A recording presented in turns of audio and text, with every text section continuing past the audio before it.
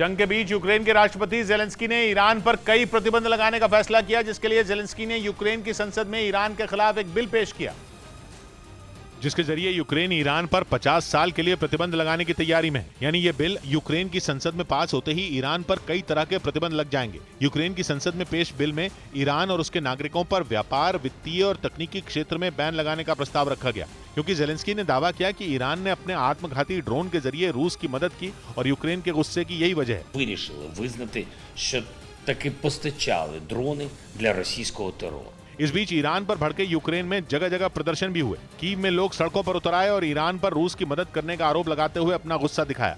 इधर उत्तर प्रदेश के इटावा से हैरान करने वाला एक मामला सामने आया। आरोप है कि वहां सैफई मेडिकल यूनिवर्सिटी के एक छात्र ने अपनी गर्लफ्रेंड को घुमाने के लिए एक डॉक्टर की कार चुरा ली। डॉक्टर को इस बात का पता तब चला जब वो शाम को घर जाने के लिए अपने दफ्तर से बाहर निकले, लेकिन तब तक उनकी कार वहां से गायब हो चुकी थी, जिसके बाद उन्होंने पुलिस को इसकी शिकायत की और पुलिस छानबीन में जुट गई। जांच में पता चला कि कार यूनिवर्सिटी में पढ़ने वाले सिद्धार्थ कुशवाहा नाम के एक छात्र ने चुराई। उसके मुताबिक उसकी गर्लफ्रेंड ने महंगी कार में घूमने की जिद की थी, जिसे पूरा करने के लिए उसने डॉक्टर की कार चुरा ली। प्रेमिका को प्रभावित करने के लिए वो गाड़ी उसने चुरा ली थी। हालांकि पुलिस ने यूनिवर्सिटी में लगे सीसीटीवी कैमरों की मदद से आरोपी छात्र को 24 घंटे के अंदर ढूंढकर गिरफ्तार कर लिया। उधर यूक्रेन ने दावा किया कि उसने स्टॉर्म शैडो मिसाइल से रूसी सेना पर भीषण हमले कर दिए। बताया गया कि यूक्रेन की सेना ने रूस के जितने भी ठिकानों पर हमले किए वो पूरी तरह से तबाह हो गए। यानी स्टॉर्म शैडो मिसाइल ने 100% अपना काम कर दिखाया। यूक्रेन के मुताबिक उसने लंबी दूरी तक मार करने वाली इस मिसाइल से पुतिन की फौज पर ताबड़तोड़ हमले किए। स्टॉर्म शैडो मिसाइलों को दुश्मन पर कहर बरपाने के लिए ही जाना जाता है। ये लंबी दूरी के दुश्मन को भी पलक झपकते पूरी तरह तबाह कर सकती हैं। ये मिसाइलें यूक्रेन को ब्रिटेन से मिली हैं, जिनका इस्तेमाल अब यूक्रेन की सेना रूसी फौज को मुंह तोड़ जवाब देने के लिए कर रही है। इधर मुंबई के मीरा रोड पर गहने की एक दुकान लूटने आए लुटेरों से दुकान मालिक अकेले ही भिड़ गया। इस घटना का एक सीसीटीवी वीडियो भी सामने आया, जिसमें दुकान का मालिक पिस्तौल लेकर वहां पहुंचे लुटेरों का सामना करता दिखाई दिया। वीडियो में दुकान का मालिक एक डंडे से लुटेरों पर हमला करता नजर आया। उसके ऐसा करते ही दोनों लुटेरे बुरी तरह सहम गए। हालांकि उन्होंने दुकान के मालिक को पिस्तौल दिखाकर डराने की कोशिश की, लेकिन शोरूम के मालिक पर उसका असर होता नहीं दिखा, जिसके बाद दुकान में पहुंचे बदमाशों ने मिलकर दुकान के मालिक को पकड़ लिया। लेकिन इसके बाद भी दोनों बदमाश दुकान के मालिक को काबू नहीं कर पाए और वहां से भाग खड़े हुए। उधर सीबीआई ने आईडीबीआई बैंक धोखाधड़ी मामले में फिल्म निर्माता जसप्रीत सिंह वालिया और बंटी वालिया के खिलाफ केस दर्ज कर लिया। इस मामले में आईडीबीआई बैंक ने 119 करोड़ रुपए से ज्यादा के नुकसान का दावा किया और जसप्रीत सिंह वालिया और बंटी वालिया पर हेराफेरी का आरोप लगाया। आईडीबीआई बैंक ने बंटी वालिया पर आरोप लगाया कि 2008 में उन्होंने फिल्म लम्हा के निर्माण के लिए अलग अलग तरीके से करीब 15 करोड़ रुपए कर्ज लिया था, लेकिन बैंक कर्ज नहीं वसूल पाया क्योंकि बंटी वालिया ने अपने खातों में गड़बड़ी कर दी। और अब इसी मामले में सीबीआई ने बंटी वालिया के खिलाफ केस दर्ज किया है। इधर झारखंड के कोडरमा जिले में झुंड से बिछड़े एक हाथी ने जमकर उत्पात मचाया, जिसकी वजह से वहां रहने वाले लोग दहशत में आ गए, क्योंकि वो हाथी रात के अंधेरे में घूम घूम कर उत्पात मचा रहा था और इस दौरान उस हाथी ने कई घरों को भी तोड़ दिया। हाथी को देखते ही सो रहे लोगों ने किसी तरह भागकर अपनी जान बचाई। वहां से सामने आई तस्वीरों में कई लोग हाथी को भगाने की कोशिश करते दिखे। कुछ लोगों ने उसे डराने के लिए मशाल जला ली तो किसी ने उसकी तरफ आग जलाकर फेंक दी, लेकिन तमाम कोशिश के बाद भी वो हाथी गाँव से जाने को तैयार नहीं हुआ। बाद में हाथी जंगल की तरफ चला गया, तब जाकर लोगों ने राहत की सांस ली। उधर रूस के मीडिया ने दावा किया कि यूक्रेन के दुश्मनों को पुतिन परमाणु हथियार देंगे। हाल ही में बेलारूस में रूस ने परमाणु हथियार तैनात कर दिए, जिसकी जानकारी खुद वहां के राष्ट्रपति अलेक्जेंडर लुकाशेंको ने दी। जिसके बाद अब रूस और बेलारूस ने दूसरे कई देशों को प्रस्ताव दिया कि जो भी देश उनका साथ देंगे वो उन्हें परमाणु हथियारों से लैस कर देंगे।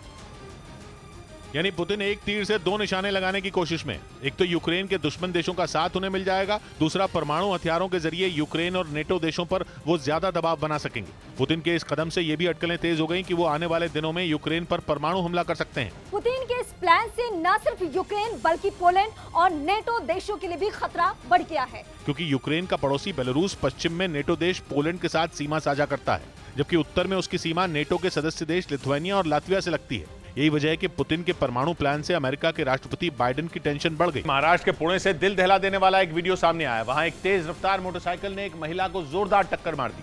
घटना उस वक्त हुई जब वो महिला सड़क के दूसरी ओर जाने की कोशिश कर रही थी, तभी सामने से आ रही मोटरसाइकिल ने उसे टक्कर मार दी। इस घटना का जो सीसीटीवी वीडियो सामने आया उसमें एक महिला सड़क से गुजरती नजर आई। जैसे ही वो सड़क के बीचों बीच पहुंची, सामने से आ रही तेज रफ्तार मोटरसाइकिल ने उसे टक्कर मार दी। टक्कर इतनी जोरदार थी कि वो महिला उछलकर काफी दूर जा गिरी। इस घटना से हड़कंप मच गया। देखते ही देखते वहां लोगों की भीड़ इकट्ठा हो गई। इस हादसे में वो महिला बुरी तरह घायल हो गई, जिसे अस्पताल में भर्ती कराया गया, जहां इलाज के दौरान उसकी मौत हो गई। पुलिस ने आरोपी के खिलाफ केस दर्ज कर उसे गिरफ्तार कर लिया। इस बीच इटली के अरोना इलाके में लोगों से भरी एक नाव झील में पलट गई, जिसकी वजह से 4 लोगों की मौत हो गई, जबकि कई लोग लापता हो गए। जानकारी के मुताबिक हादसे के वक्त उसमें 25 लोग सवार थे, जो नाव पर बर्थडे पार्टी मना रहे थे। लेकिन झील में आए अचानक तूफान की वजह से वो नाव अचानक पलट गई, जिसकी वजह से 4 लोगों की डूबने से मौत हो गई और कुछ लोग लापता हो गए। जिसे देखते हुए अरोना इलाके की मज्योरे झील में डूबे लोगों को बाहर निकालने की कोशिश की जाने लगी, लेकिन कुछ लोग पानी के तेज बहाव की वजह से लापता हो गए। जिसके बाद राहत और बचाव दल की टीम ने कुछ लोगों का रेस्क्यू कर लिया, लेकिन खबर है कि अब भी कई लोग लापता हैं। इधर पाकिस्तान में 9 मई को हुई हिंसा को गलत ठहराते हुए 4 और नेताओं ने इमरान खान की पार्टी पीटीआई छोड़ दी।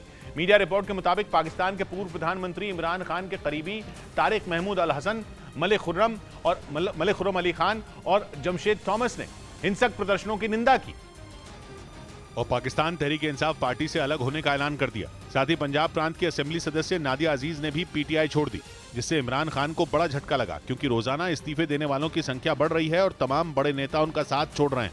इमरान खान की अल कादिर ट्रस्ट केस में गिरफ्तारी के बाद पाकिस्तान में हिंसक प्रदर्शन हुए थे और कई सरकारी संस्थानों पर हमला कर दिया गया था, लेकिन अब पार्टी के अंदर इसका विरोध शुरू हो गया है। इधर गरीबी से बेहाल पाकिस्तान को एक और बड़ा झटका लगा। अमेरिका ने गरीब देशों को दी जाने वाली आर्थिक मदद रोकने का फैसला कर लिया, जिससे पाकिस्तान को बड़ी मुसीबत का सामना करना पड़ सकता है, क्योंकि अमेरिका इन दिनों खुद कर्ज के संकट से जूझ रहा है। उसका सरकारी खजाना 6 साल में सबसे निचले स्तर पर पहुंच चुका है। यही वजह है कि उसने पाकिस्तान को दी जाने वाली मदद रोक दी। अमेरिका की सरकारी स्वास्थ्य एजेंसी सीडीसी के जरिए कई साल से पाकिस्तान को करोड़ों की मदद मिल रही थी, लेकिन अपने देश को संकट से उबारने के लिए बाइडेन ने दूसरे देशों को दी जा रही मदद पर रोक लगा दी। वहीं अमेरिका ने पाकिस्तान के अलावा चीन, अफगानिस्तान, बांग्लादेश और भूटान जैसे कई ऐसे देशों की लिस्ट जारी की, जिन्हें वो अब तक आर्थिक रूप से मदद कर रहा था। उधर ग्रीस की एक न्यूज वेबसाइट ने दावा किया कि यूरोप के देश नॉर्वे ने मीलों दूर बसे पाकिस्तान से खुद को बहुत बड़ा खतरा होने का डर जताया है। नॉर्वे की पुलिस सिक्योरिटी सर्विस ने अपनी रिपोर्ट में कहा कि पाकिस्तान नॉर्वे के पास मौजूद संवेदनशील तकनीक को चुराने की फिराक में है और नॉर्वे के पास ऐसी तकनीक है जिससे दुनिया में भयानक तबाही मचा देने वाले खतरनाक और आधुनिक हथियार बनाए जा सकते हैं। और पाकिस्तान ठहरा आतंकवादियों को पालने वाला देश, तो उसे आतंक फैलाने के लिए हथियारों के सिवा और क्या चाहिए। इसलिए नॉर्वे पुलिस की सिक्योरिटी सर्विस ने अपनी रिपोर्ट में डर जताया कि पाकिस्तान उस तकनीक को हासिल करने के लिए एड़ी चोटी का जोर लगा सकता है। ग्रीस की न्यूज वेबसाइट ने आशंका जताई कि पाकिस्तान अपने रिसर्चरों के जरिए नॉर्वे से यह आधुनिक तकनीक हथिया सकता है, ताकि वो खुद हथियार बना सके। दावा किया गया कि पाकिस्तान अपने रिसर्चरों को किसी तरह नॉर्वे के रिसर्च इंस्टीट्यूटों में दाखिल करवाकर संवेदनशील तकनीक पर हाथ साफ कर सकता है। इस बीच रूस का दोस्त बेलारूस पश्चिमी देशों पर भड़क गया। उसने 2 टूक कहा कि पश्चिमी देशों ने रूस के सामने परमाणु हथियारों के इस्तेमाल के अलावा दूसरा कोई विकल्प ही नहीं छोड़ा। यूक्रेन जंग के बीच पुतिन ने बेलारूस में परमाणु हथियारों को तैनात करना शुरू कर दिया, जिसका पश्चिम के देशों ने विरोध किया। बेलारूस को रूस का सबसे बड़ा समर्थक माना जाता है। उसने 2022 में जब यूक्रेन के साथ युद्ध शुरू हुआ था, तब भी युद्ध के लिए रूस को अपने देश की जमीन इस्तेमाल करने की इजाजत दी थी, जिसके बाद पश्चिम के देशों ने रूस के साथ ही उस पर भी कई प्रतिबंध लगा दिए थे। और अब जब पुतिन बेलारूस में परमाणु हथियार तैनात कर रहे हैं, तब अमेरिका ने फिर से उनके इस कदम का विरोध किया, जिसका बेलारूस ने जवाब दिया और परमाणु हथियारों की तैनाती के पीछे पश्चिमी देशों को ही दोषी बता दिया। उधर कनाडा के जंगलों में लगी भीषण आग ने भारी तबाही मचाई। बीते कई दिनों से आग पर काबू करने की कोशिश जारी है, लेकिन जंगल में धधकती आग को अब तक बुझाया नहीं जा सका, क्योंकि हवा की वजह से आग बेहद तेजी से फैल गई, जिसने देखते ही देखते जंगल के एक बहुत बड़े हिस्से को अपनी चपेट में ले लिया। विमान से बनाया गया एक वीडियो में कई एकड़ में फैला जंगल आग की लपटों में घिरा दिखाई दिया, जिसकी वजह से दूर तक दिखना भी मुश्किल हो गया। वहाँ दम घोंट देने वाले काले धुएं की वजह से हवा में प्रदूषण का स्तर भी काफी बढ़ गया। पिछले कई दिनों से कनाडा के नोवा स्कोशिया के जंगलों में आग लगी है, जिसे बुझाने के लिए कई बचाव कर्मियों को तैनात किया गया, ताकि आग पर जल्द से जल्द काबू पाया जा सके। इससे पहले कनाडा के अल्बर्टा इलाके में भी ऐसे ही आग लगी थी।